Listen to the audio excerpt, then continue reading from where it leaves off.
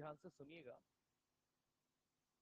सबसे पहली चीज यहां पर हमें ये सीखनी है कि जब कोई एक वस्तु किसी क्षैतिज सतह या किसी भी सतह पर रखी हुई है, तो इस सतह से सतह के अभिलंब के अनुदिश इस तरीके से एक अभिलंब प्रतिक्रिया बल नॉर्मल लगता है। इस नॉर्मल के साथ फिर हमने कहा कि अगर यहां पर एक एक्स्ट्रा फोर्स अप्लाई जब हम करने लगेंगे, अप्लाइड फोर्स जब हम लगाने लगेंगे और ये सतह अगर यहां पर रफ है, खुरदरी है, तो उस कंडीशन में यहां पीछे क्या आना शुरू हो जाएगा? फ्रिक्शन। फ्रिक्शन सतह के कारण ही नॉर्मल है, सतह के कारण ही फ्रिक्शन है। और हम यहां पर कहते हैं कि जब इस अप्लाइड फोर्स को बढ़ाते बढ़ाते बढ़ाते एक ऐसी कंडीशन आ जाएगी जहां पर ये लगने वाला घर्षण बल क्या हो जाएगा? मैक्सिमम। उसी को क्या कहते हैं? Limiting friction. उस कंडीशन में लगने वाला कुल संपर्क बल क्या हो जाएगा? मैक्सिमम। तो उस अधिकतम परिणामी, अधिकतम परिणामी किस किस का? नॉर्मल का और सीमांत घर्षण बल का। वो परिणामी इस नॉर्मल के साथ जो कोण बनाता है उसी को हमने क्या कहा? फ्रिक्शन, एंगल ऑफ फ्रिक्शन, घर्षण कोण कहा। और कल किसी ने पूछा भी मुझसे कि सर ये अधिकतम घर्षण के लिए ही यहां पर बनेगा क्या? बिल्कुल, जब अधिकतम घर्षण की बात होगी और जो परिणामी बनेगा उसका ही मुझे कोण मेजर करना है। और बिल्कुल उसी आधार पर हमने यहां से ये कह दिया कि tan लैम्डा जिसमें लंब बटे आधार होता है, उसमें लंब FL और आधार n, यानी ये बन जाएगा म्यू एस। tan लैम्डा बराबर। उसके बाद हमने क्या बात की उस पर मैं आता हूं। उसके बाद हमने कहा विश्रांति कोण या एंगल ऑफ रिपोज, जिसको हमने कहा कि एक क्षैतिज तल पर एक वस्तु रखी जाती है तो वस्तु कहीं फिसलने की प्रक्रिया या फिसलने का प्रयास नहीं करती है। बट जब ये नत्तल का कोण बढ़ता जाएगा बढ़ता जाएगा बढ़ता जाएगा बढ़ता जाएगा, तो एक क्षण ऐसा आ जाएगा जब ये ठीक फिसलना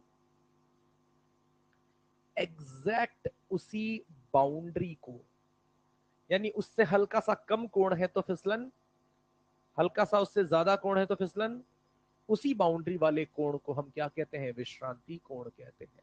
तो हमने यहां से कुछ इस प्रकार से एक नत तल बनाया, कोण थीटा बनाया, वस्तु बनाई एम बनाया, और इस पर नीचे की तरफ खींचकर चलाने वाला बल यानी, और इसको ऊपर की तरफ रोक कर रखने का अधिकतम प्रयास करने वाला बल एफएल। एफएल यानी क्या लिख देंगे? Mu s into m g cos theta. ये दो बल हम यहां पर बनाए। और एग्जैक्ट जिस मोमेंट, जिस क्षण पर ये फिसलना शुरू करेंगे या रुके रहेंगे, उस क्षण की बात हम करते हैं एफएल बराबर एम जी साइन थीटा। ये सीमांत घर्षण बल जब उससे नीचे लग रहे गुरुत्वीय बल के बराबर हो जाएगा तो वहीं से फिसलना है या नहीं फिसलना है वो बात तय की जाएगी, वो कोण तय किया जाएगा। और एफएल को हम लिख सकते हैं mu s m g cos theta बराबर m g sine theta. M g से एम जी काट देंगे, म्यू एस बराबर टेन थीटा, थीटा बराबर टेन इनवर्स म्यू।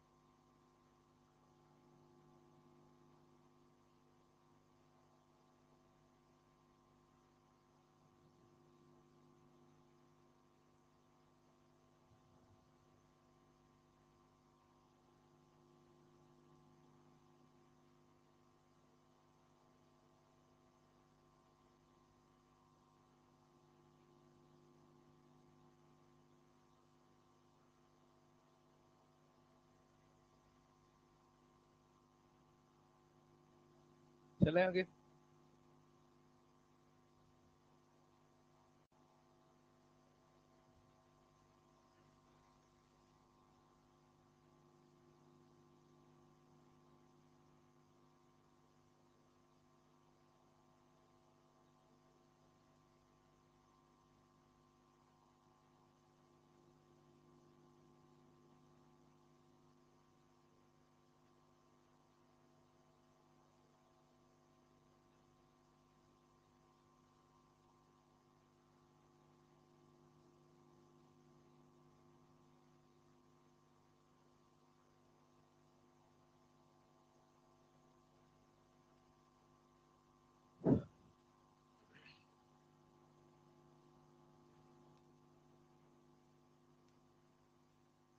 चलिए बात बढ़ाते हैं यहां पर। अभी नत तल पर गतियां बताई जाएंगी 4 प्रकार से, ध्यान से सुनना। पहला, नत तल पर गति बताने के लिए वेग का इस्तेमाल किया जाएगा। और शायद ये बात हम कल परसों समझ चुके थे कि जब कभी भी वेग अगर दे रखा है तो फिर मुझे बल देखने की जरूरत नहीं पड़ती है, वेग देखकर ही मैं समझ जाता हूं कि ये वस्तु किधर गतिशील है, तो उसके हिसाब से घर्षण किधर लगेगा, हाँ के ना, और उसके हिसाब से हम रिएक्ट कर देंगे, जो भी सॉल्व करना है वो कर लेंगे। जैसे यहां पर नत्तल के अनुदिश ऊपर की ओर प्रक्षेपित की गई एक वस्तु है वी वेग से, जिसे हमने उस डब्बे को वी वेग से ऊपर फेंक दिया। पर देखकर ही आपको अंदाजा लग रहा है कि ये वस्तु ज्यादा देर तक ऊपर थोड़ी देर चलकर रुक जाएगी, जिसको हमने कॉन्सेप्ट में सीखा था स्टॉपिंग डिस्टेंस। यानी ये वस्तु थोड़ी देर चलकर स्टॉप हो जाएगी, रुक जाएगी, और वो स्टॉप हो जाएगी रुक जाएगी में कितनी दूरी चलेगी ये हम यहां से जानना चाहते हैं।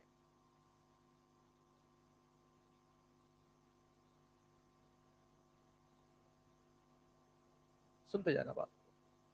और कितना समय लगेगा ये भी अगर मैं जानना चाहता हूं, तो इन सब के निर्णय कैसे लिए जाएंगे, गौर से सुनिएगा।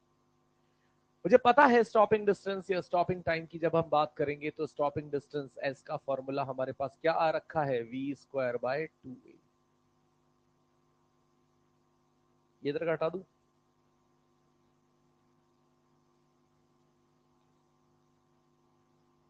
और अगर मुझे यहां पर स्टॉपिंग टाइम की बात होती है तो स्टॉपिंग टाइम भी हम जान चुके हैं। स्टॉपिंग टाइम हम लिख सकते हैं टी बराबर वी बाय ए।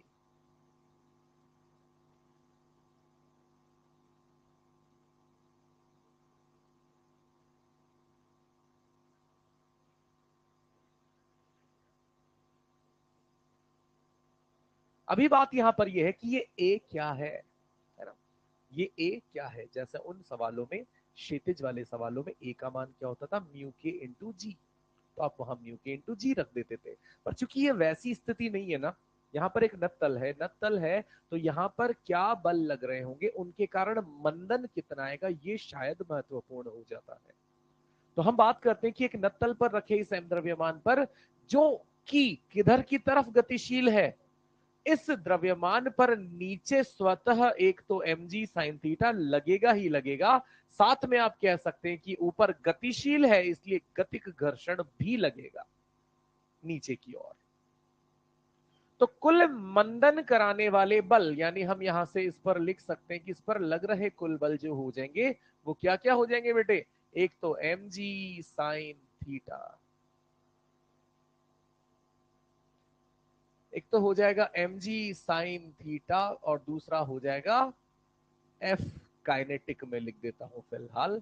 और उस एफ काइनेटिक का मान भी सब जानते हैं क्योंकि ये कांस्टेंट होता है, और इसका मान हो जाएगा म्यू के एम जी, नत तल है इसलिए नत तल का नॉर्मल सब जानते हैं एम जी कॉस थीटा।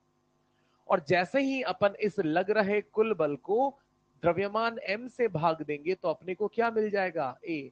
तो द्रव्यमान a से भाग देने पर क्या आएगा, g sine theta plus mu के जी कॉस थीटा। और चूंकि मुझे पता है गति की विपरीत दिशा में ये त्वरण लग रहा है, इसीलिए इसका नाम क्या होता है, मंदन। और ये फॉर्मूले उसी मंदन को इस्तेमाल करके बने हुए हैं। इन फॉर्मूलों में ऐसा नहीं है कि एक ही जगह माइनस रखना है, नहीं रखना है, उस मंदन का ही सीधा सीधा मान रखना है, क्योंकि फॉर्मूला बनाई उस चीज के लिए कि किसी वस्तु को v चाल से फेंके जाने पर वो कितना दूर जाकर रुक जाती है। रुक जाती है मतलब हम पहले से मान रखे हैं कि ये मंदित होती हुई किसी वस्तु के लिए उपयोग में लिए जाने वाला फॉर्मूला है। तो अब सीधा सा अपना काम रहेगा, अगर किसी वस्तु को ऊपर फेंका है, क्षैतिज था तो मंदन क्या आया था बेटे, म्यू के इंटू, अभी यहां पर अपने को पता है म्यू के इंटू जी, यानी घर्षण के साथ कौन कौन भी आएगा, जी साइन थीटा भी आएगा, नत तल के अनुदिश नीचे। और यहां से ए का मान सॉल्व करके अगर मुझे स्टॉपिंग डिस्टेंस निकालनी है तो यहां रख दूंगा, समय निकालना है तो यहां रख दूंगा। अब चाहे तो एक बार के लिए मैं इन फॉर्मूलों को ऐसे व्यवस्थित कर भी देता हूं, तो एक ही जगह क्या क्या हो जाएगा।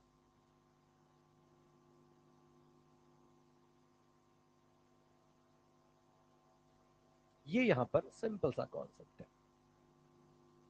इस पर क्वेश्चन किस प्रकार से बनते हैं वहां पर आते हैं।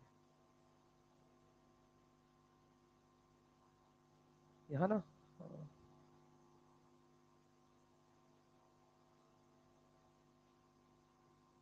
चलिए मैं सवाल लिखता हूँ यहाँ पर।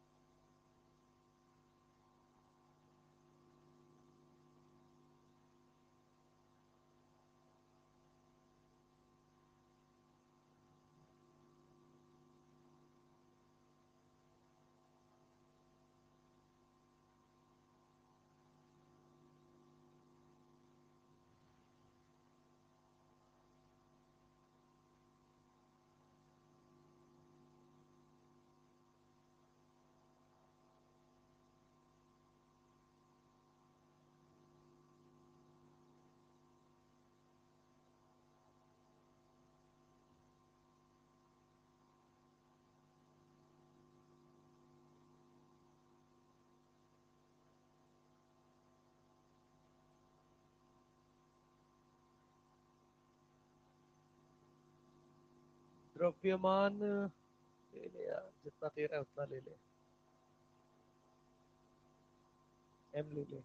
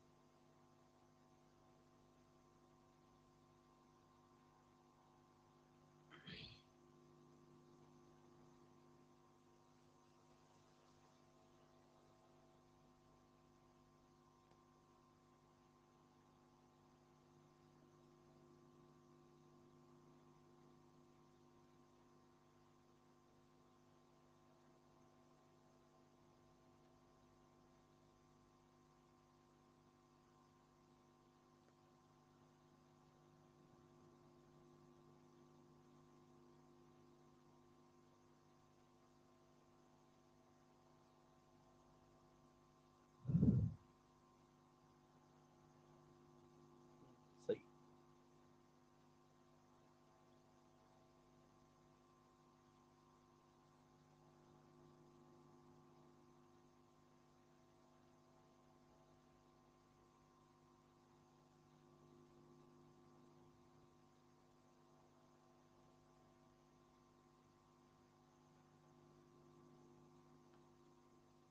आपका आसान सा काम यहाँ पर क्या रहता है कि इस दिए गए सवाल में आपको वो मंदन ए निकाल लेना है, जिसके लिए आपके सामने जो बलों के साथ हमने मंदन का फॉर्मूला लगा रखा है वो लिखा हुआ है।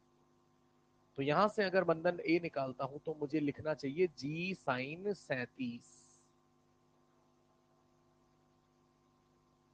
फिर आगे म्यू, म्यू कितना है 0.5 यानी 1/2, और ये हो जाएगा जी cos 37, और जी 10 sin 37, 3/5 6 ये आ जाएगा, 1/2 ये आ जाएगा, और 8 ये आ जाएगा, आधा 4 और 6 10 मीटर प्रति सेकंड स्क्वायर। और स्टॉपिंग डिस्टेंस का प्यारा सा फॉर्मूला हमें पता है, u स्क्वायर बाय 2a, तो u स्क्वायर यानी 20 का स्क्वायर 400 अपॉन 2a 20, तो यहां से 20 मीटर आ जाएगा। समय का फॉर्मूला क्या है, u/a, तो u 20, a 10, 2 आ जाएगा।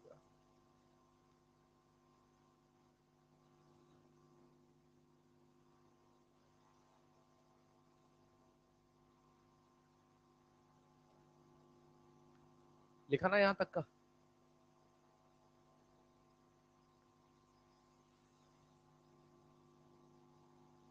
अभी को बात नत तल के अनुदिश ही करनी है, पर अभी स्थिति कुछ ऐसी है कि ये v वेग से नीचे चलाई गई वस्तु है, द्रव्यमान m ले लो, और यहां पर म्यू एस म्यू के ले लो।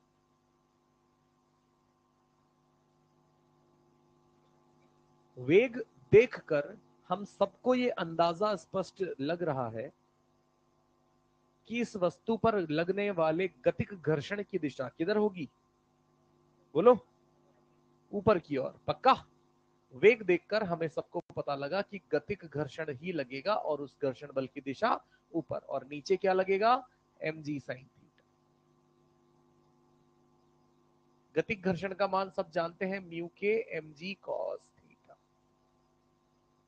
पहले यहां तक की बात सोच लो, देख लो आराम से तसल्ली से कि क्या जो ये दोनों बल मैंने बताए हैं इनमें कोई भी कमी कुछ ऐसा है। ठीक है, मेरे हिसाब से जो ये वेग दिखाया गया है उसके अनुसार ये स्थिति पूर्णतया सत्य है, जिसमें हमने अनुदिश, नत्तल के अनुदिश नीचे mg sin थीटा ही लगता पाएंगे, और घर्षण बल गति की दिशा के विपरीत अपने को यहाँ पर ऊपर दिखेगी। अब गौर से समझिएगा बेटा, चूंकि ये वस्तु तो चल रही है किसी वेग v से, मान लिया प्रारंभिक वेग 10 मीटर प्रति सेकंड है, और मैंने इस वस्तु को चला दिया,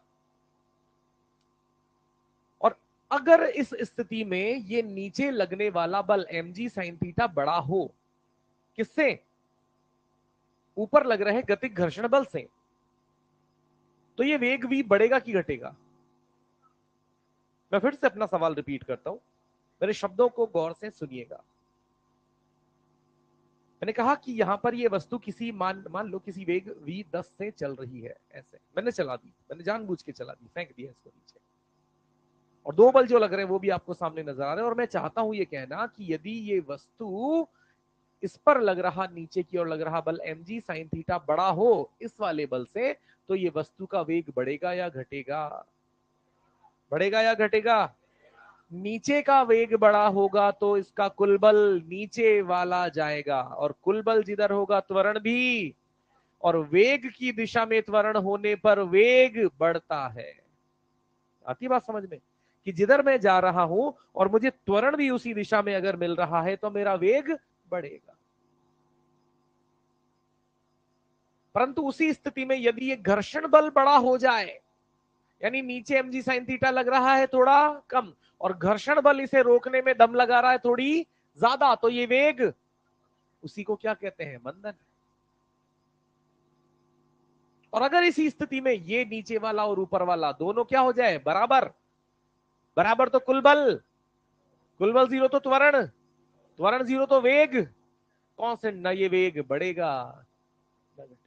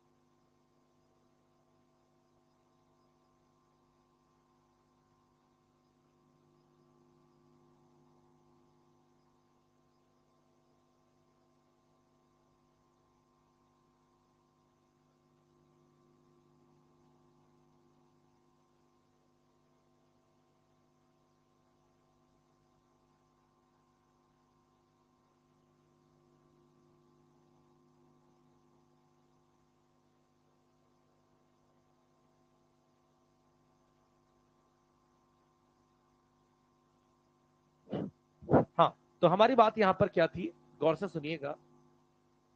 सबसे पहले तो अपन यहां पर बात कर लेते हैं कि इस कंडीशन में जो हमारा एक्सेलरेशन होगा, उस एक्सेलरेशन को, जैसे हमने पहले देखा ना कि दोनों नीचे थे, दोनों नीचे की तरफ थे, तो हमने क्या कर दिया था, दोनों को जोड़ दिया था नीचे की ओर कुल मंदन बोलकर।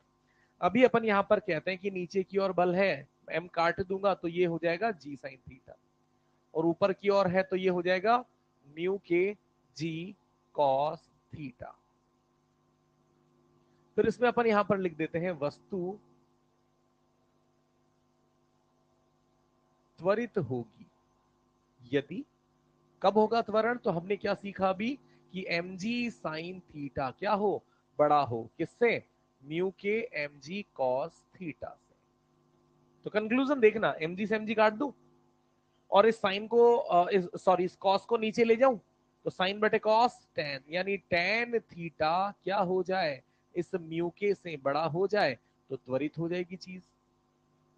यही चीज अगर अपन बात करते हैं वस्तु मंदित होगी,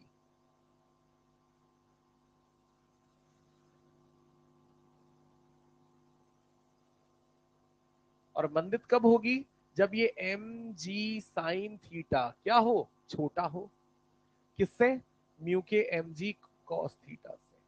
और यहां से रिजल्ट अपना क्या आ जाएगा कि tan theta is less than mu की। और सबसे जरूरी बात,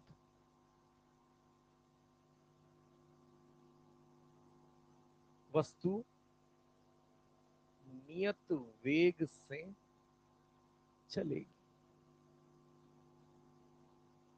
कब, जब ऊपर वाले और नीचे वाले दोनों बल बराबर हो जाएंगे, एम जी साइन थीटा बराबर म्यू के एम जी कॉस थीटा, यानी यहां से टेन थीटा बराबर म्यू की।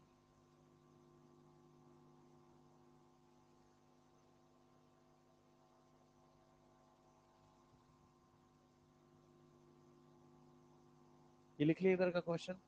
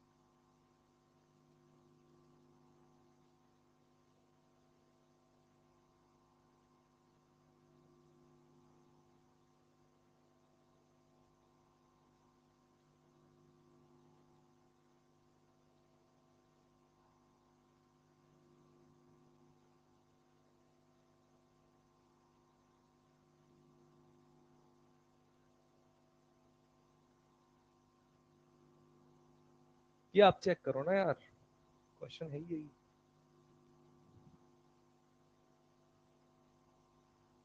मतलब प्रारंभ में मैंने तो कोई वेग नहीं दिया, उसके बाद आपको पता करना है कि वो,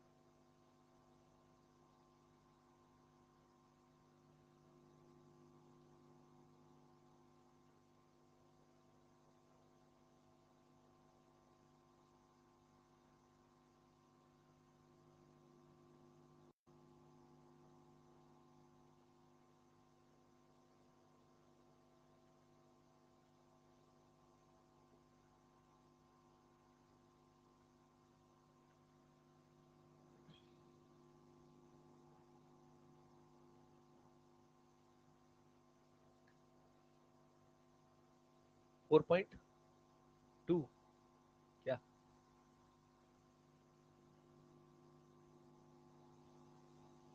त्वरण 6.2 आना चाहिए। देखो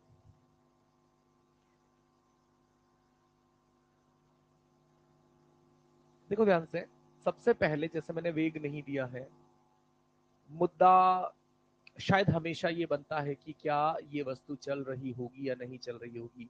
इसके लिए नॉर्मली सवालों में हम क्या कैलकुलेट कर लेते थे, सीमांत घर्षण बल का मान ज्ञात कर लेते थे। पर फिलहाल अपन ने कोई एक नई चीज सीखी है यहाँ पर नत तलों के लिए स्पेशली, कि नत तलों में अगर ये नीचे वाला बल ज्यादा बड़ा होगा ऊपर वाले के बल के तुलना में, तो डेफिनेटली ये वस्तु नीचे स्लाइड करेगी, है ना। तो यहाँ पर ये वस्तु स्थिर हमने दे दी, हमने रख दिया है मात्र ये ब्लॉक। अब ये नीचे स्लाइड करेगी या नहीं करेगी ये सब डिपेंड करता है किस पर, इस थीटा पर। आपको शायद याद हो हमने विश्रांति कोण आज ही लेक्चर में सीखा है। हमने कहा है कि विश्रांति कोण से अगर बड़ा थीटा है, यानी हमने क्या लिखा था, ध्यान से सुनना, कि अगर टेन थीटा इस म्यू एस के बराबर होगा तो ये ठीक विश्रांति कोण की बात होगी। पर अगर टेन थीटा यहां इस म्यू एस से क्या हो जाए, बड़ा, तो यानी निश्चित रूप से वस्तु स्लिप करेगी, फिसलेगी, नीचे की ओर गति करेगी। तो तुलना अगर मैं चाहूं तो यहां से कर सकता हूं कि टेन थीटा 53 डिग्री यानी 4/3, जिसका मान 1.33 और म्यू एस 0.4, जो कि छोटा है। और अगर ये छोटा है तो निश्चित रूप से थीटा ज्यादा होने के कारण वस्तु फिसल कर किधर आएगी, नीचे। ये चेक करना चाहो तो कर सकते हो, नहीं करना चाहो तो भी कोई दिक्कत नहीं, पर हाँ चेक करने का पैटर्न ये है, विश्रांति कोण से अपन उसको रिलेट कर लेते हैं। अब बात यहाँ पर यह है कि ब्लॉक पर घर्षण बल कितना होगा। तो बेटे आपने ये तो पता कर लिया कि वस्तु रुके रहने वाली, वस्तु फिसलने वाली है तो घर्षण कौन सा, और गतिक घर्षण का मान कितना होता है, म्यू के यानी 0.3 into m g cos theta. M g मतलब 20, कॉस थीटा मतलब कॉस थीटा 3/5।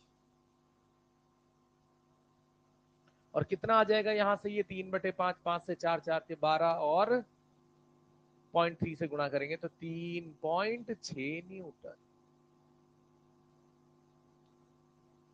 पूरा 3.6 लगेगा या कम लगेगा, गतिक घर्षण है, कम ज्यादा की बात, जितना है उतना ही लगेगा। स्थैतिक घर्षण होता तो शायद हम चेक करते कि यार सीमांत घर्षण बल लगेगा या कम लगेगा। ये गतिक घर्षण है तो वस्तु पर जो घर्षण है काइनेटिक है, काइनेटिक की वैल्यू होती है फिक्स, जो यहाँ पर आ चुकी है। अब बात करनी है वस्तु के त्वरण की। तो नीचे की ओर फिसलते उस वस्तु पर त्वरण हमने क्या सीखा है, जी साइन थीटा माइनस म्यू के जी कॉस थीटा। और जी यानी 10, साइन 53 का मान 4/8, तो ये हो जाएगा 8 माइनस म्यू के यानी 0.3 और जी कॉस थीटा, जी 10 कॉस थीटा कॉस 53 डिग्री 4/, तो ये हो जाएगा 6, 6 इंटू 0.3 1.8, तो 8 माइनस 1.8 तो हो जाएगा 6.2 मीटर पर सेकंड।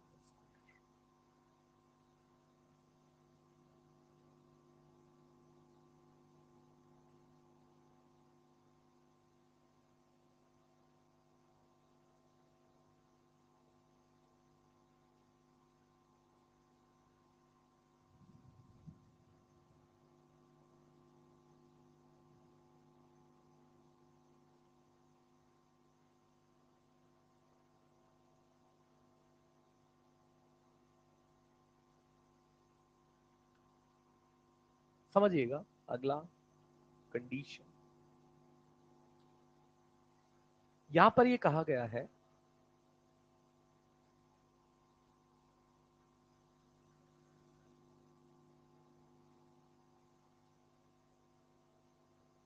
कि एक नत तल है थीटा, एक वस्तु है बिल्कुल ऊपर, और फिलहाल उस वस्तु का प्रारंभिक वेग 0।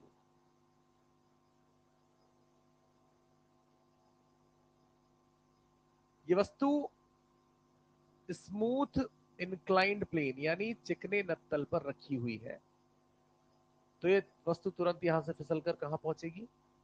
नीचे। किस वेग से पहुंचेगी वो मेरा मुद्दा नहीं है। मेरा मुद्दा सिर्फ ये है कि यहां से यहां की अगर मैं इस नत्तल की कुल लंबाई को L मान लेता हूं, L, तो यहां से यहां आने में इसे समय जो लगता है वो कितना लग रहा है? T।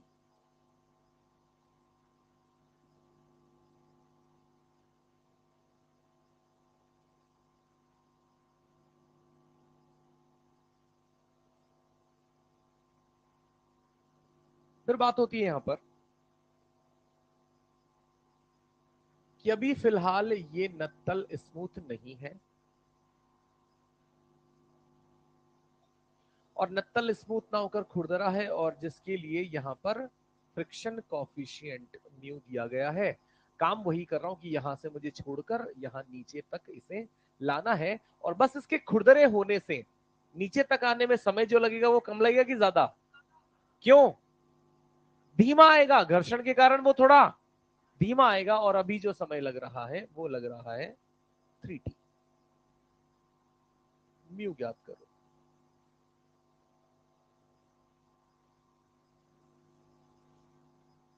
समझ पा रहे हैं? म्यू ज्ञात करना है।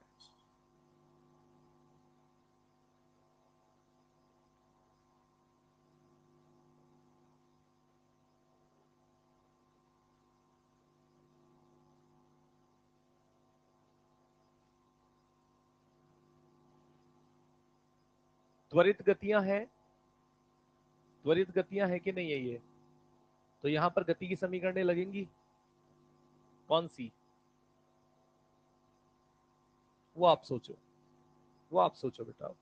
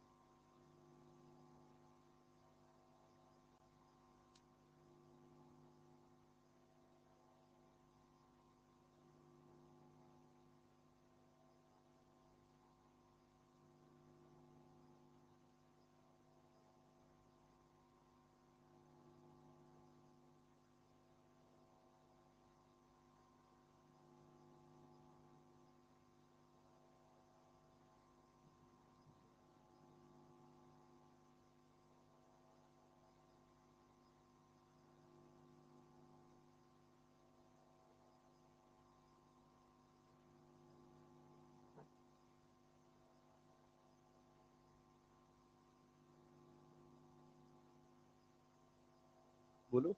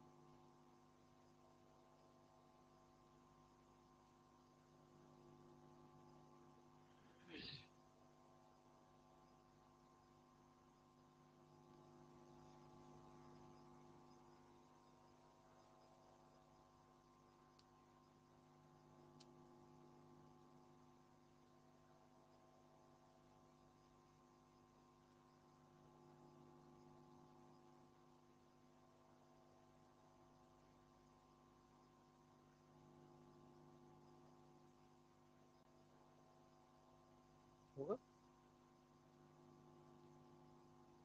दोबारा चेक करो, थोड़ी सी मिस्टेक नहीं की है।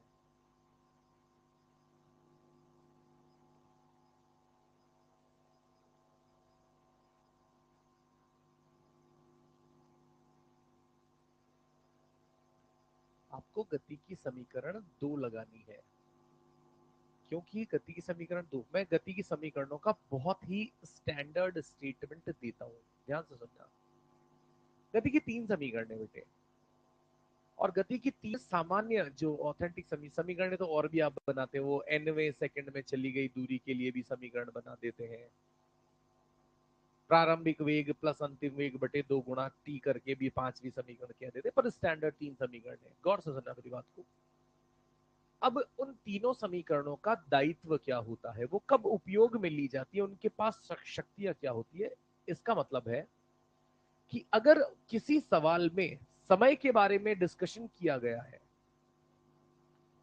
समय या तो दिया हुआ है या पूछा हुआ है, यानी समय का मुद्दा उठाया गया है उस सवाल में, और समय के साथ अगर विस्थापन की बात की जा रही है, तो समय विस्थापन यानी द्वितीय समीकरण S बराबर U T plus half A T square. अगर विस्थापन की बात ना करके अपने से समय और वेग की बात कही गई है, तो क्या क्या हो जाएगा, प्रथम समीकरण V बराबर यू प्लस ए टी। यहां समय का काम खत्म हो जाता है कि समय के साथ मैं दो ही चीजों की बात करता हूं, या तो किसी वस्तु ने किसी समय में कितना विस्थापन वहां पर तय किया या कितना वेग प्राप्त किया, ये पहली और दूसरी समीकरण काम कर देती है। तीसरी जो समीकरण होती है वो समय से परे, समय से हटकर बात करती है कि कोई वस्तु कितना विस्थापन तय करेगी जब उसका वेग u से v हो जाएगा। यानी जब बिना समय के बातें की जाती है, तो 99% मान के चल लो कि वहां तीसरी समीकरण लगी। बिना समय दिए अगर बात की जाती है तो तीसरी समीकरण, समय देकर बात की जाती है तो बची कौन, पहली, और उसमें अगर मुझे विस्थापन जैसी कोई चीज नजर आती है तो दूसरी ही लगेगी, और विस्थापन ना लगकर अगर मुझे वेग की बात नजर आती है तो पहली। जैसे यहां मुझे पता है कि यहां मैंने दोनों नत्तलों पर समय बताया है, एक में टी और एक में, और मुझे दोनों नत्तलों के अनुदिश लंबाइयां भी मैंने बता दी है, और लंबाइयां सेम है, तो मुझे समझ आता है कि यहां कुछ और नहीं, सिर्फ और सिर्फ सेकंड इक्वेशन ऑफ मोशन ही लगनी चाहिए, जहां प्रारंभिक वेग 0 है।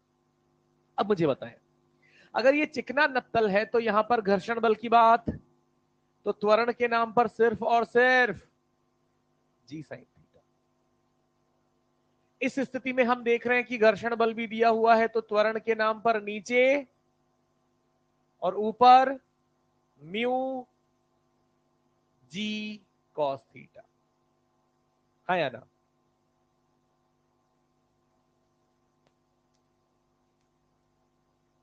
सहमत है इस बात से। और फिर अपन यहां पर गति की जब दूसरी समीकरण लगाएंगे, सेकंड इक्वेशन ऑफ मोशन लगाएंगे, तो हम लिखेंगे S बराबर U T plus half A T square.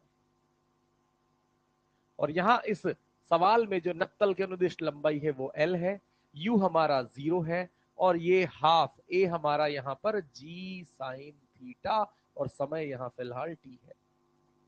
समीकरण है। और दूसरी इस स्थिति में यहां पर हम लिखेंगे विस्थापन हमारे पास क्या है, L ही है समान, प्रारंभिक वेग फिर से 0 है, और हाफ त्वरण के नाम पर हमारे पास G sine theta minus mu g cos theta है, और समय के नाम पर 3t स्क्वायर। तो क्या 9t स्क्वायर लिख दूं बेटा। और चूंकि पता है दोनों समीकरणों के लेफ्ट हैंड साइड L और L समान है कि नहीं है, तो समीकरण 1 बराबर 2। तो समीकरण 1 को मैं क्या लिख देता हूं, 1/2 g sine theta into t square, और बराबर ये हो जाएगा 1/2, मैं जी कॉमन ले लू इन दोनों में से, तो ये जी कॉमन लेने के बाद यहां क्या बचेगा, sign theta minus mu cos theta into 9t square. जो पद कट सकते हैं वो काटेंगे, तो एक तो टी स्क्वायर कट जाएगा, और टी स्क्वायर के साथ साथ हाफ जी भी कट जाएगा, तो इधर बचेगा मात्र, इधर बचेगा 9 से गुणा करके 9 तो साइन थीटा, और माइनस का 9 ही म्यू कॉस थीटा। और हमारा कारण क्या निकालना है, म्यू। तो म्यू एक तरफ कर लेते हैं, तो म्यू एक तरफ कर लेता हूं, तो 9 म्यू कॉस थीटा, और ये एक तरफ कर लूंगा तो 8 साइन थीटा, और यहीं से आ जाएगा म्यू बराबर 8/9 टेन थीटा।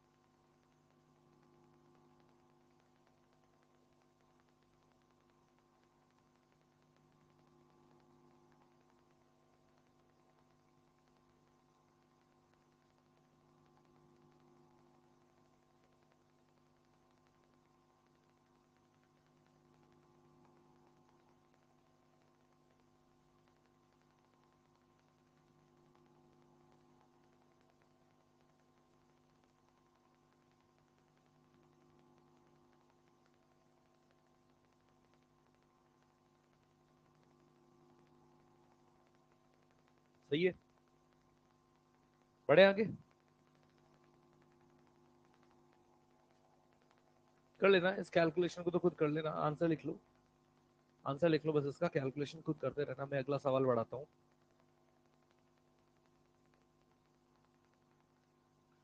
क्वेश्चन है कि अगर क्वेश्चन यही सेम रहे, यही चिकना नत्तल, ये घर्षण वाला नत्तल, यहां पर अपने को ये कह दिया जा रहा है कि समय अभी यहां पर एन टी लग रहा है, और ये थीटा यहां पर अपना 45 डिग्री दे दिया गया है, तो आपको फिर से म्यू ज्ञात करना है।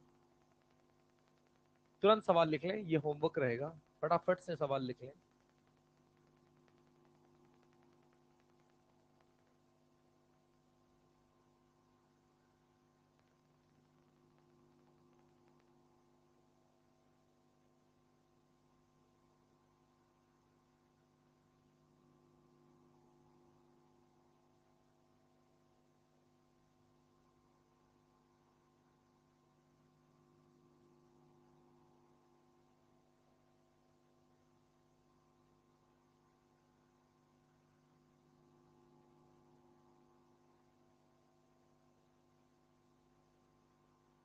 म्यू म्यू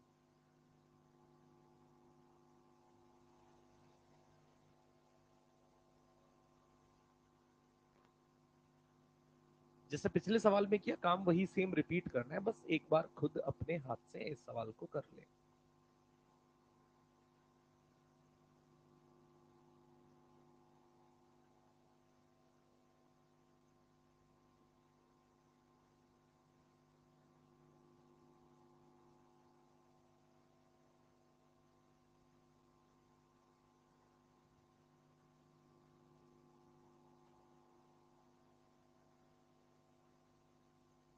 इसका आंसर मैं बता देता हूं, जो आप सॉल्व करेंगे आपका आना चाहिए। आंसर है म्यू बराबर 1 - 1/n²। ये आपका आंसर आना चाहिए, लिख लेना। और इसके लिए जितने पिछले सवाल में लाइनें लगी थी उतनी लाइनें छोड़कर अगला सवाल लिखो। चले,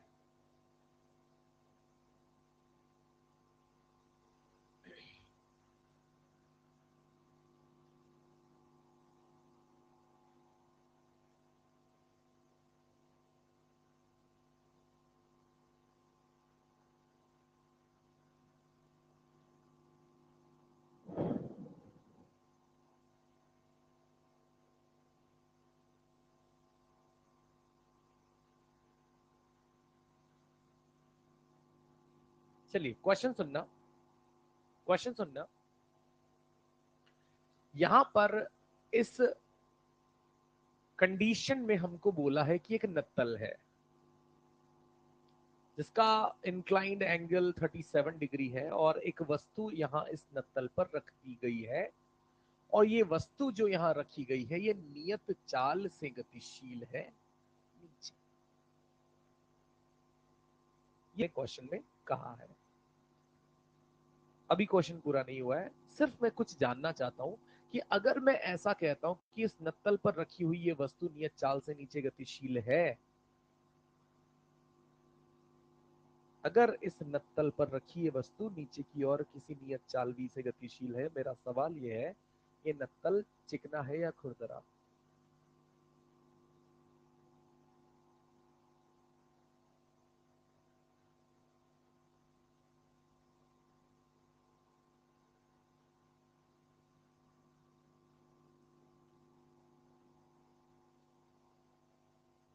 खुरदरा, हाथ ऊपर करें, अपनी सहमति दिखाएं। खुरदरा,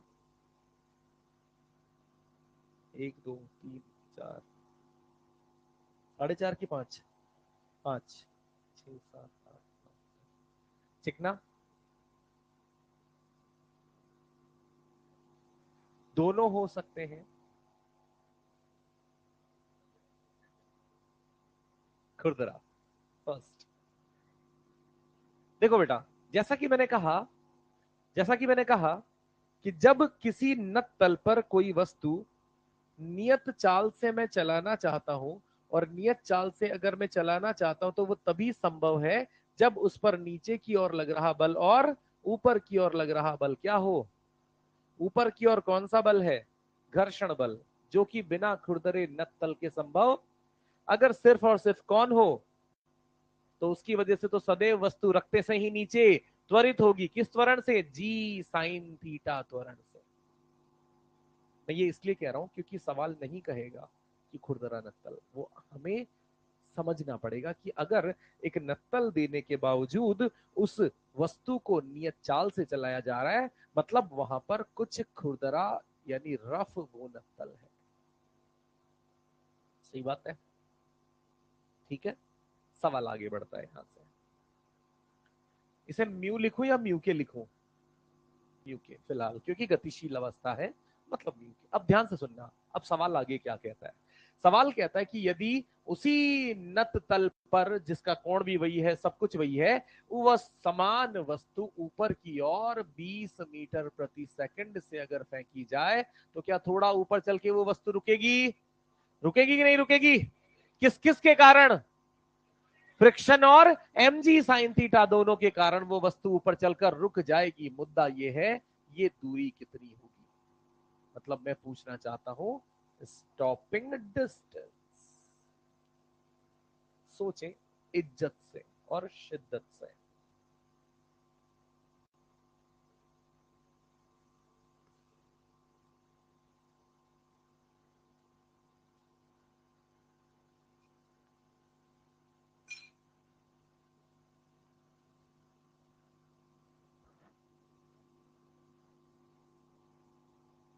हाँ हाँ,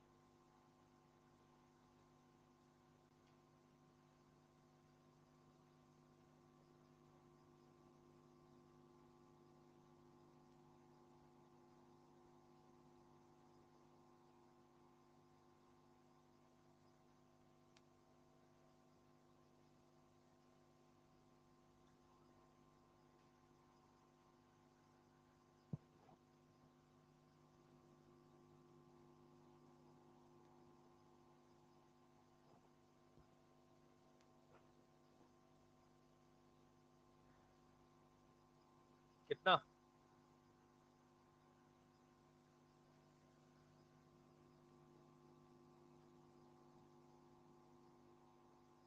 कौन बार आ जाएगा?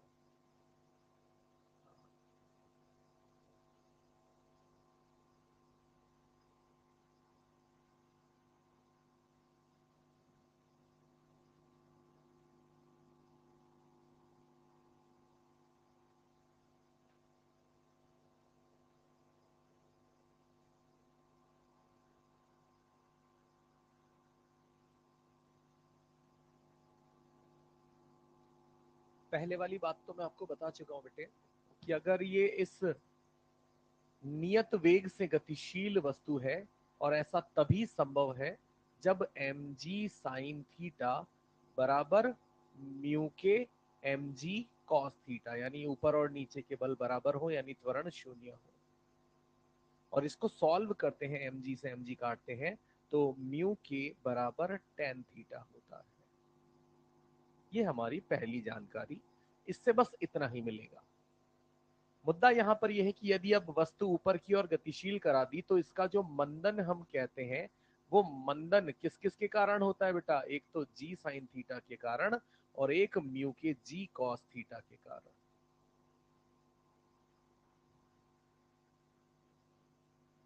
और आप भली बात यहां से ये बात जान रहे हैं कि जो म्यू के जी कॉस थीटा है वो वास्तव में किसके बराबर है, जी साइन थीटा के बराबर।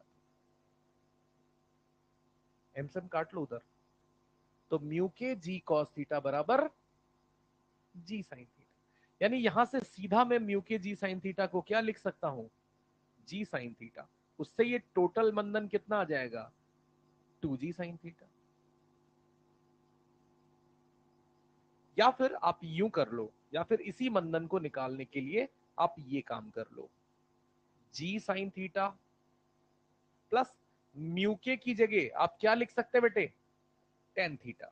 तो म्यू के की जगह क्या लिख देंगे, टेन थीटा में क्या क्या होता है, साइन थीटा बटे कॉस थीटा, और उसके आगे क्या लिखा हुआ है, जी कॉस थीटा। कॉस थीटा से कॉस थीटा तो जी साइन थीटा और जी साइन थीटा, तो दोनों तरीकों से निकाल लो, आपको यहां से मंदन का मान अब 2g साइन थीटा मिलेगा।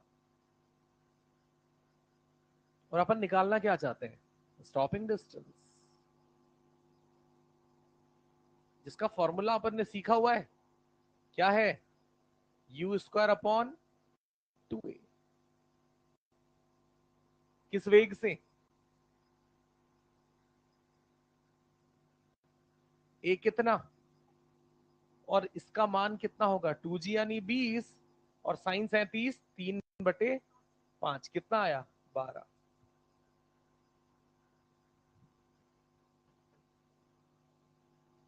तो यहां ऊपर हो जाएगा 400 और नीचे हो जाएगा 24, और इसको काट अगर देंगे तो कितना आ जाएगा भाई मेरे, 50/6, सॉरी 100/6 यानी 50/3 मीटर प्रति सेकंड स्क्वायर आ गई अपनी एस।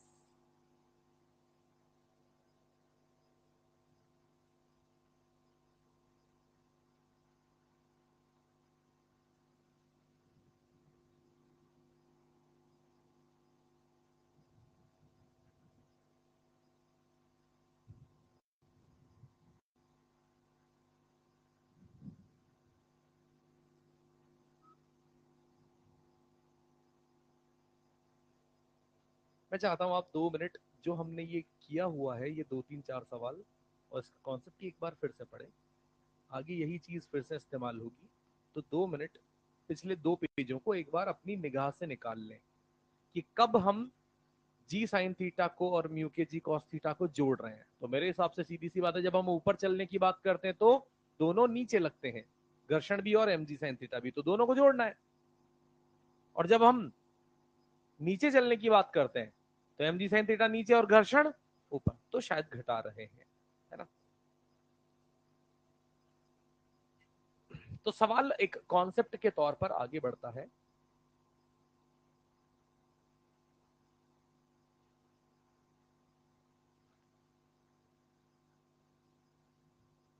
लिख लेना आप, यहां से सॉल्व खुद कर लेना, ए तक यहां तक लिख लो, ए बराबर 2g साइन थीटा तक, बाकी आप खुद कर लेना, ये छोटा मोटा काम है। मैं आगे बढ़ाता हूं बात को।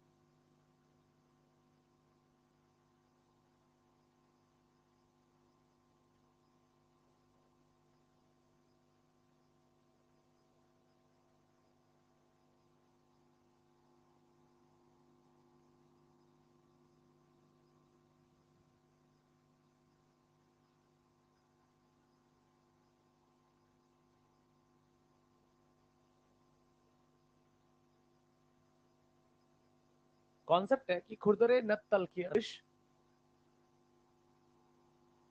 किसी वस्तु को ऊपर खींचने के लिए आवश्यक न्यूनतम बल। जो हेडिंग लिखी है और जो चित्र बनाया है, पहले उसको महसूस करो कि हम क्या चाहते हैं। हम चाहते हैं कि नत्तल पर रखी उस वस्तु जो कि खुरदरे नत्तल पर रखी है, उसे ऊपर की तरफ हम खींचना चाहते हैं, स्थैतिक घर्षण गुणांक म्यू एस, और गतिक घर्षण गुणांक म्यू के हैं। आप जानते हैं कि स्वतः तो ये वस्तु ऊपर आएगी नहीं, क्योंकि नीचे mg sin थीटा है, वो इसे नीचे खींचने का प्रयास करेगा। घर्षण की अगर क्षमता है तो वो घर्षण रोक लेगा, और क्षमता नहीं है तो वस्तु को नीचे फिसल जाने देगा, पर ऊपर स्वतः नहीं आएगी कभी। उसके लिए हमें कोशिश करनी पड़ेगी। और जब आप इसे ऊपर चलाने की कोशिश करेंगे तो विरोध करने के लिए कौन कौन खड़े हो जाएंगे? mg sin थीटा और घर्षण। घर्षण कौन सा? घर्षण, वो भी अपनी मैक्सिमम वैल्यू के साथ, कि जब तक मैं जिंदा हूं मैं वस्तु को नहीं चलने दूंगा। सही बोल रहे? यानी कुल मिलाकर आपको न्यूनतम कितना बल लगाना है, गौर से सुनिएगा, समझिएगा बेटा मेरी बात को। आपको न्यूनतम जो बल लगाना है वो लगाना है यहां पर, वो लगाना है यहां पर, नीचे लग रहा होगा mg sin थीटा, और नीचे ही लग रहा होगा लिमिटिंग फ्रिक्शन। लिमिटिंग फ्रिक्शन से ज्यादा होना चाहिए कि नहीं होना चाहिए? तभी शायद चला पाना संभव है। लिमिटिंग फ्रिक्शन या उससे कम रहा तो स्थैतिक घर्षण उसे चलने नहीं देता है। यानी आपको जो बल लगाना पड़ता है उसका सीधा सीधा सा value mg sin theta plus fl, mg sin theta plus mu S mg cos।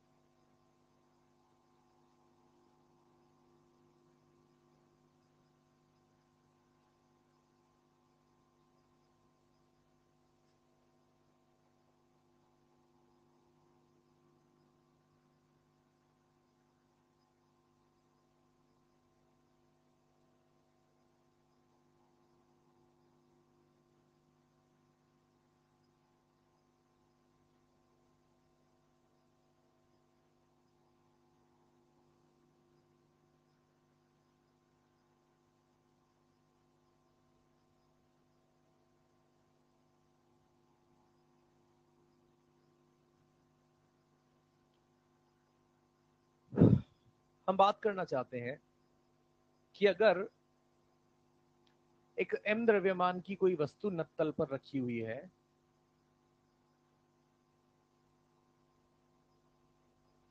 और ये m द्रव्यमान की वस्तु हेडिंग पढ़कर या सवाल पढ़कर आपको समझ आनी चाहिए कि ये किधर फिसल रही होगी, और हम क्या चाहते हैं, उसे रोकने के लिए किधर बल लगाएंगे। तो न्यूनतम कितने बल से हम ये काम कर सकते हैं, उसे रोक सकते हैं, ये हमें ढूंढना है। मैं फिर से रिपीट करता हूं, किसी के मन में हो सकता है विचार हो कि सर फिसल ही ना रही हो तो हम क्यों बल लगाएंगे। हम तो जानते हैं फिसल ही नहीं रही, तो आपको टांग अड़ाने की जरूरत, मदद मांगी गई है यानी वस्तु फिसल रही है, आपसे मदद मांगी गई है कि आप उसे फिसलने से ठीक रोक ले। उसके लिए न्यूनतम कितना बल आपको लगाना है ये पता करके बताना है। सोचें।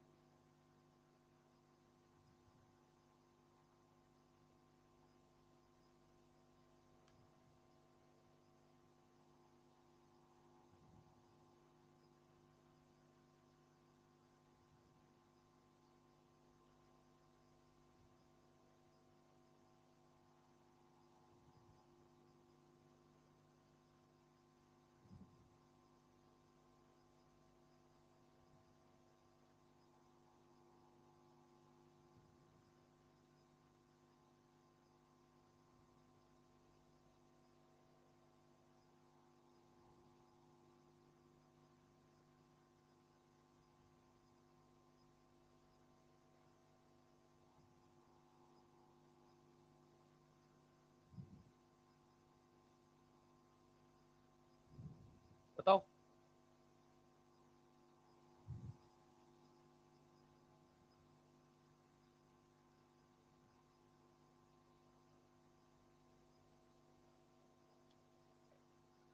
फिजिक्स से थोड़ी सी ऊपर अपन कॉमन सेंस की बात करते हैं। आपसे मदद क्यों मांगी गई है? क्योंकि शायद घर्षण पर्याप्त, नीचे कौन खींचना चाहता है? तो बिल्कुल उसी कहानी के हिसाब से मैं आपको यहां पर बल लगाकर दिखाता जाता हूं एक एक करके। जब इसे नीचे चलने की कोशिश की गई होगी mg sin थीटा के द्वारा, तो घर्षण किधर लगा होगा? और घर्षण भी ऐसा तो है ही नहीं कि अपनी जेब में घर्षण को बचा के रहेगा, उसने भी पूरा जोर लगा लिया होगा ना। उसी पूरे जोर को क्या कहते हैं? FL। इसके बाद भी ये वस्तु किधर फिसल रही है? तो फिर आपसे कहा कि आप थोड़ी सी मदद कर दो बस, और वही मदद आपको बतानी है।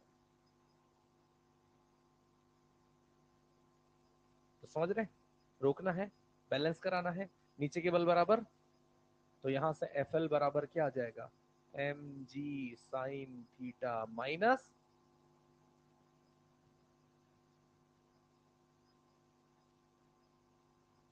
एक मिनट, क्या हो जाएगा यहां से? FL प्लस F मिनिमम बराबर mg, और हमें ज्ञात क्या करना है? F मिनिमम, और ये हो जाएगा mg sin theta minus mu S mg cos theta.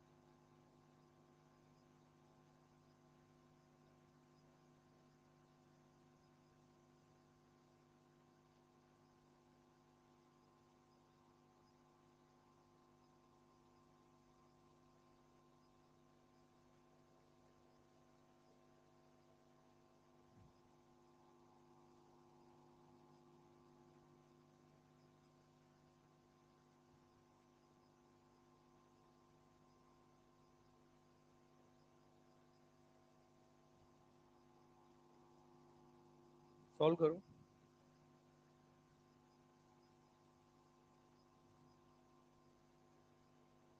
F minimum नहीं होगा तो ब्लॉक डेफिनेटली नीचे मूव करेगा।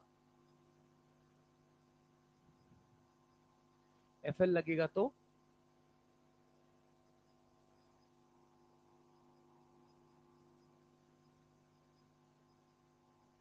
हाँ, क्योंकि नहीं चल रहा है।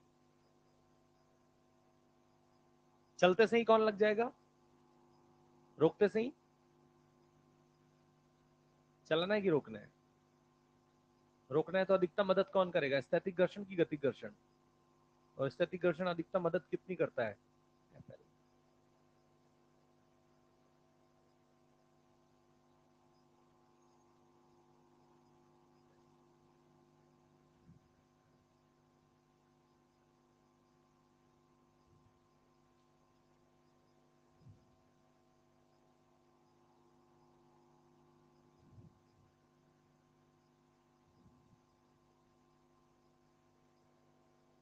आपके सवाल का जवाब मैं देना चाहूंगा कि अगर मैं यहां पर ये कहता कि रोकना नहीं है, मुझे इसे नियत वेग से नीचे फिसलने देना है, नियत वेग से, तो यहां क्या आ जाएगा?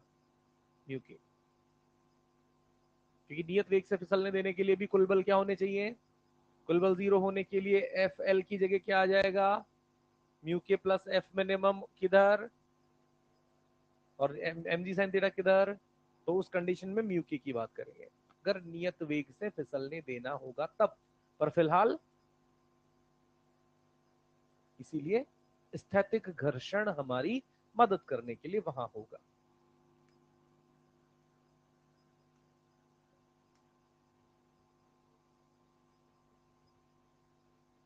हो जाएगा? कोई आपत्ति, कोई दुख यहाँ पे? सीधी सीधी सी बात है। और ये तिकड़म रहती है, यहाँ पर आपको सवाल देखने को मिलेंगे, 4 5 6 सवाल आपको देखने को मिलेंगे, ऊपर खींचना है, नीचे रोकना है, यहाँ चलाना है, वहां चलाना है। तो सिंपल इंट्रोडक्टरी क्वेश्चन अपन ने यहाँ पर देख लिया है कि चूंकि ऊपर खींचना है तो आपको गुरुत्वीय बल यानी mg sin थीटा का भी और इस लग रहे एफ का भी विरोध करके इसे ऊपर की ओर चलाना है।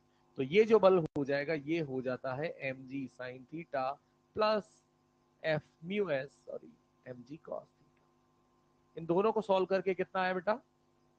100।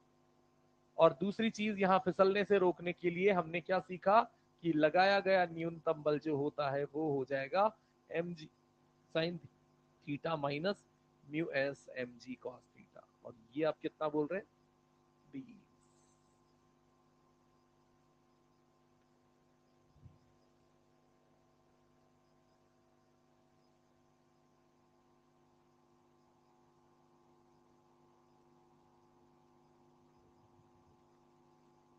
चलिए आगे बढ़े।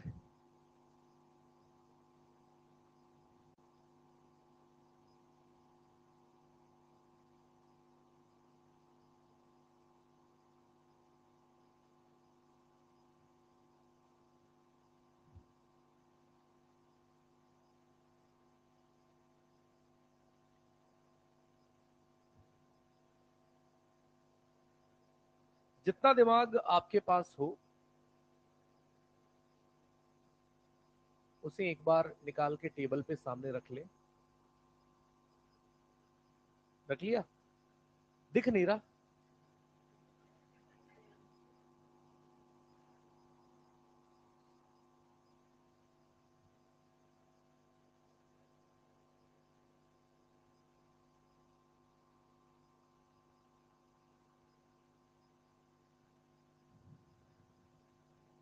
मेरे को कुछ चीजें मैं चेंज करता हूँ। न्यू 0.6 लेते हैं, 37।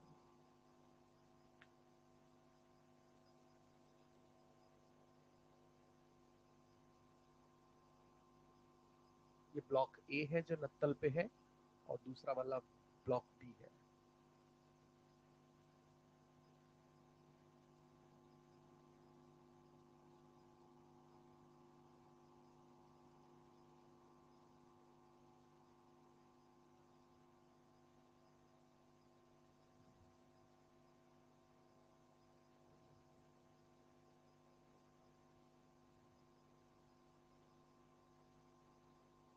सोचो,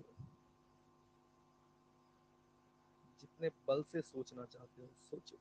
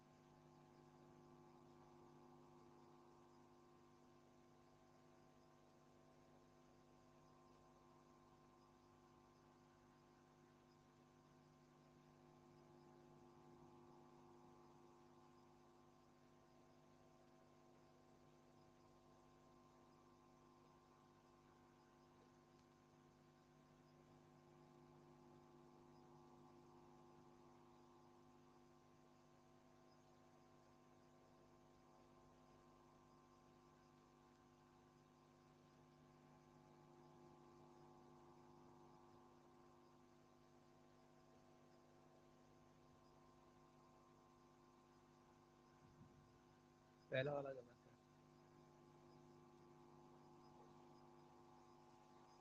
हाँ, घर्षण बल 40।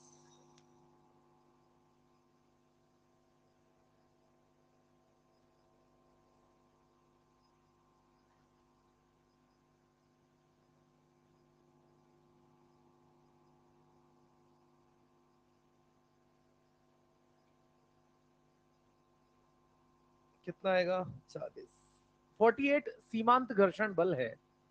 और आप इतना समझाने के बाद भी अगर ये भूल अभी भी कर रहे हो कि सीमांत घर्षण बल को ही घर्षण बल समझ बैठ रहे हो, तो ये गलती है। आपको ये सोचना पड़ेगा कि उसको चलाने के प्रयास के लिए कितना बल लग रहा है। हाँ, अगर चलाने का प्रयास सीमांत घर्षण बल से बड़ा या बराबर है तो बराबर सीमांत घर्षण बल की फ्रिक्शन लगना चाहिए। पर अगर प्रयास ही कम है, मान लो मैं उसको 20 न्यूटन से ही चलाना चाह रहा हूँ, सीमांत घर्षण बल 48 न्यूटन है, तो फ्रिक्शन क्यों 48 लगेगा यार? फ्रिक्शन तो सेल्फ एडजस्टिंग होता है।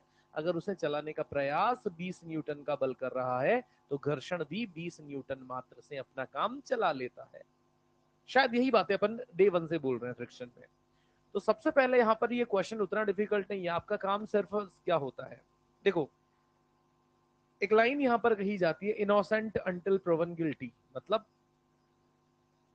कोई आदमी तब तक गुनहगार नहीं है जब तक वो गुनहगार साबित नहीं हो जाता, जब तक वो निर्दोष है। बिल्कुल वैसे ही कि जब तक किसी वस्तु को चलते हम साबित नहीं कर देंगे तब तक उसे क्या मानेंगे? स्थिर। चलते साबित करने के लिए हमें क्या बताना पड़ेगा कि बाह्य रूप से लगाया गया बल सीमांत घर्षण बल से ज्यादा है। अगर साबित कर दिया तो हम उसे गतिक घर्षण में ले आते हैं, अन्यथा शुरुआत सवाल की पहले कहां से करते हैं? स्थैतिक घर्षण मानते हुए। स्थैतिक घर्षण मानते हुए। तो सवाल की शुरुआत कहां से होती है? गौर से सुनना। मैंने कहा कि अगर स्थैतिक घर्षण उतना है पर्याप्त, मान लिया है पर्याप्त है, यानी ये निकाय गतिशील नहीं है, तो इस निकाय पर नीचे कितना बल लग रहा है? 100। तो रस्सी में प्रत्येक जगह पे तनाव भी कितना होगा? ये 100 तभी बनाया है जब मैंने वस्तु को स्थिर माना है। वस्तु गतिशील हो जाएगी तो 100 से कम हो जाएगा तनाव, है ना। फिलहाल मैंने मानते हुए 100 वहां पर लिख दिया, वैसे लिखना नहीं चाहिए पहले, पर मैंने फिर भी लिख दिया ताकि आपको थोड़ा सा फील आए। और यहां पर इस दिशा में mg sin थीटा कितना लग रहा है? mg sin theta 60। सबको पता लग रहा है ना? अब देखो, इस रस्सी के द्वारा खींचकर ऊपर की दिशा में चलाने के लिए बल मैक्सिमम 100। मैक्सिमम है ना ये, क्योंकि चलने लगी तो इससे भी कम हो जाएगा। तो मैक्सिमम ऊपर की ओर प्रयास, नीचे की ओर, तो कुल बल जो इसे ऊपर ले जाना चाहता है वो कितना हो गया?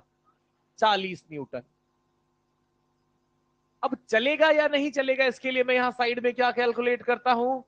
लिमिटिंग फ्रिक्शन के लिए क्या हो जाएगा? Mu into normal. Normal normal यहां से 100 का 60, तो ये 80, और 80 इंटू 0.6 हो जाएगा 48 न्यूटन। यानी सीमांत घर्षण बल कितना उपस्थित है? आप चलाने के लिए कितना लगा रहे हैं? 40 कुल बल लगा रहे हैं चलाने के लिए। चलेगा कि नहीं चलेगा? नहीं चलेगा। तो घर्षण बल पहली बात तो यहां से कैसा आ जाएगा? और स्थैतिक घर्षण बल एफएस कितना लगता है? जितनी आवश्यकता होती है। और चलाने का प्रयास 40, तो विरोध करने के लिए भी 40। यानी यहां पर लगने वाला घर्षण बल मात्र कितना लग जाए? 40 और 60 मिलकर क्या इसको बैलेंस कर लेंगे? चलेगा? नहीं चलेगा। यानी घर्षण बल की आवश्यकता मात्र त्वरण तनाव, क्योंकि नहीं चला है इसीलिए तनाव प्रत्येक बिंदु पर 100 का 100 ही रह जाएगा।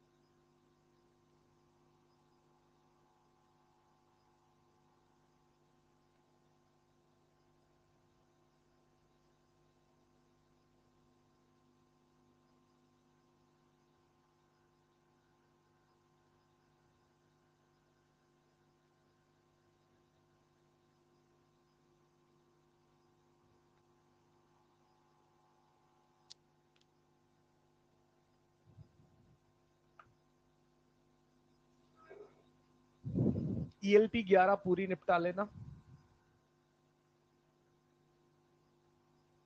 और मॉड्यूल एक्सरसाइज 1 में 75 से 100 नहीं, आपके पूरे नहीं हो पाते, आपके छोड़ने पड़ेंगे ना सवाल।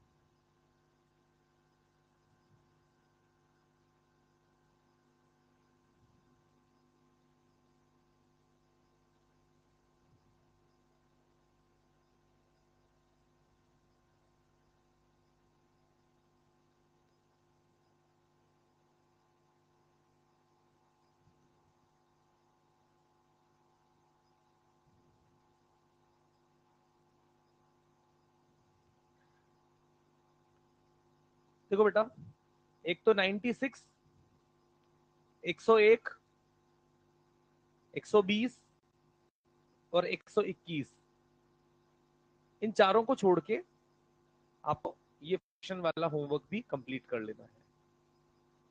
और ELP 11, आंसर बोल दो। 8, 7.6 से ज्यादा। अच्छा, वो 8 हो जाएगा।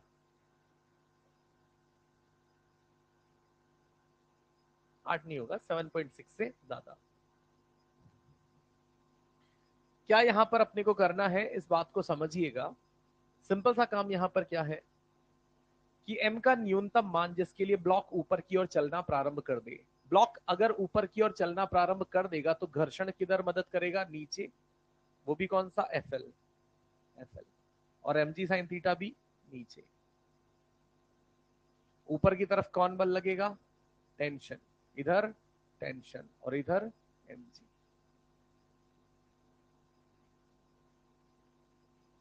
जिस क्षण चलना प्रारंभ करेगा, ठीक उस क्षण पर हम कह सकते हैं कि तनाव किसके बराबर होगा, एग्जैक्ट mg के।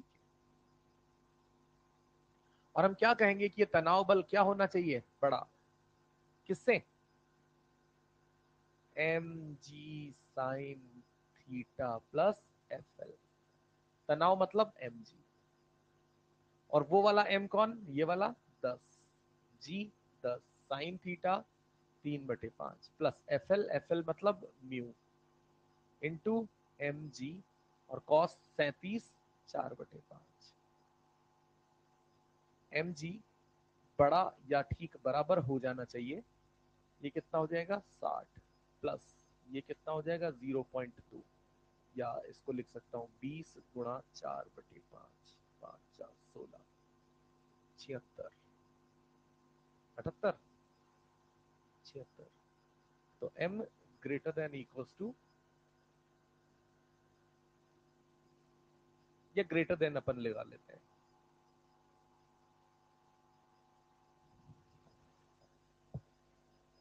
ठीक है, तो आप मॉड्यूल के और ये क्वेश्चन कीजिएगा। कल की क्लास में अपना बहुत लिमिटेड काम बचा है, कुछ साधारण से ट्रक व्रक वाले सवाल हैं, और उसके बाद टू ब्लॉक सिस्टम है। Two block system as such अपने पार्ट में नहीं आता है, बट स्टिल हम बेसिक जो क्वेश्चंस उसके बन सकते हैं वो जरूर सॉल्व करेंगे, जरूर सीखेंगे। और जरूरत समय बच जाएगा अगर उसके बाद, ज्यादा ज्यादा कल अपने 7-8 सवाल होंगे। अगर समय बचता है तो हम ELP का डिस्कशन करेंगे, तो ELP पूरी निपटा के लाएं जितना मैंने दिया है। ठीक है, ओके, थैंक यू।